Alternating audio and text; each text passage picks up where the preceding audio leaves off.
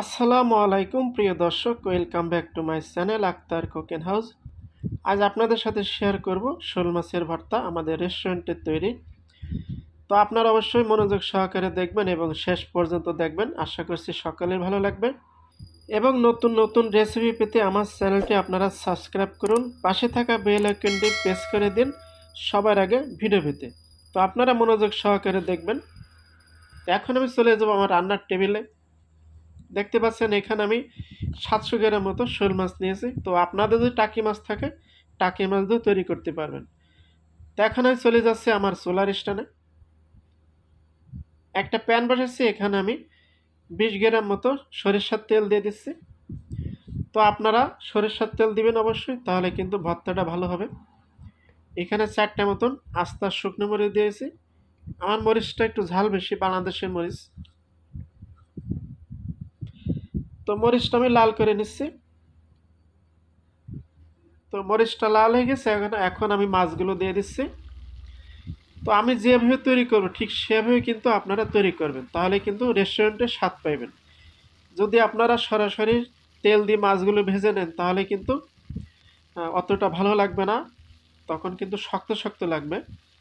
আর এভাবে তৈরি করে খেলে অবশ্যই মাছটা কিন্তু একটু লাবণ্য মোলায়েম থাকবে, ভর্তাটা খাইতে কিন্তু সুস্বাদু হবে এবং কালারও সুন্দর হবে।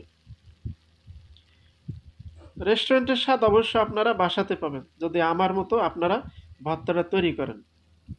তো মাছগুলো দেখা গেল, এখানে আমি 20 গ্রাম মতো কাঁচামরিচ দিয়ে দিচ্ছি। আমার এই মরিচ একটু ঝাল কম। এখানে 20 গ্রাম মতো রসুন কুচি আমি দিয়ে দিচ্ছি। 200 গ্রাম মতো পেঁয়াজ কুচি দিয়ে দিলাম।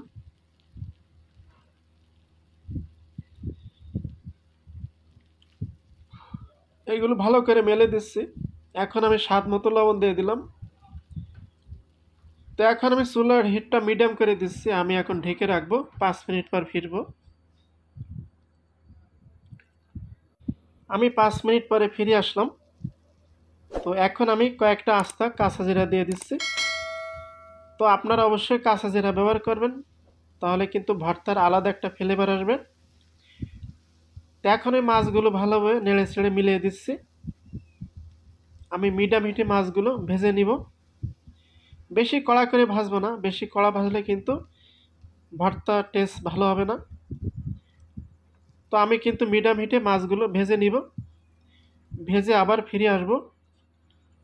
তো দেখতে পাচ্ছেন আমি ফিরে আসলাম, দারুণ একটা কালার চলে এসেছে। এখন এই মাছগুলো নামিয়ে ঠান্ডা করে কাঁটাগুলো বেছে নিব।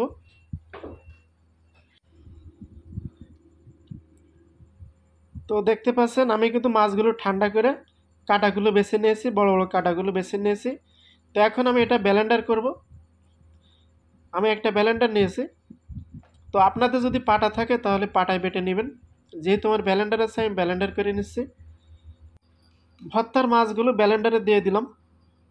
এখন আমি ব্লেন্ডার করে নিব। 6 থেকে 7 সেকেন্ড সময় লাগবে, বেশি সময় লাগবে না। তো ব্লেন্ডার করা হয়ে গেল, এখন আমি একটা পাত্রে উঠিয়ে নিব। তো একটা পাত্রে উঠিয়ে নিলাম। এখন আমি বাদ বাকি উপকরণগুলো দিয়ে দিব। আধা টেবিল চামচ জিরা গুঁড়া, পরিমাণ মতো ধনিয়া পাতা। তো ভর্তার উপকরণগুলো আপনারা নিজেদের মতন অ্যাড করে নেবেন। আমি আরেকটু সরিষার তেল দিয়ে দিচ্ছি। এখন আমি ভালোভাবে ভর্তাটা মেখে নেব। তো আমার ভর্তাগুলো মাখা হয়ে গেল, এখন আমি লবণ টেস্ট করব লবণ ঠিক আছে কিনা। তো লবণ ঠিক আছে, এখন আমি পরিবেশন করে দেখাচ্ছি। তো প্রিয় দর্শক, তৈরি হয়ে গেল শোল মাছের ভর্তা। আজকের রেসিপি যদি ভালো লাগে অবশ্যই ভিডিওটা একটা লাইক কমেন্ট করে জানাবেন এবং আপনার বাসাতে অবশ্যই ট্রাই করবেন, ট্রাই করতে ভুলবেন না। আজকের মতন এখানে বিদায় নিচ্ছি। সবাই ভালো থাকেন, সুস্থ থাকেন। আসসালামু আলাইকুম, আল্লাহ হাফেজ।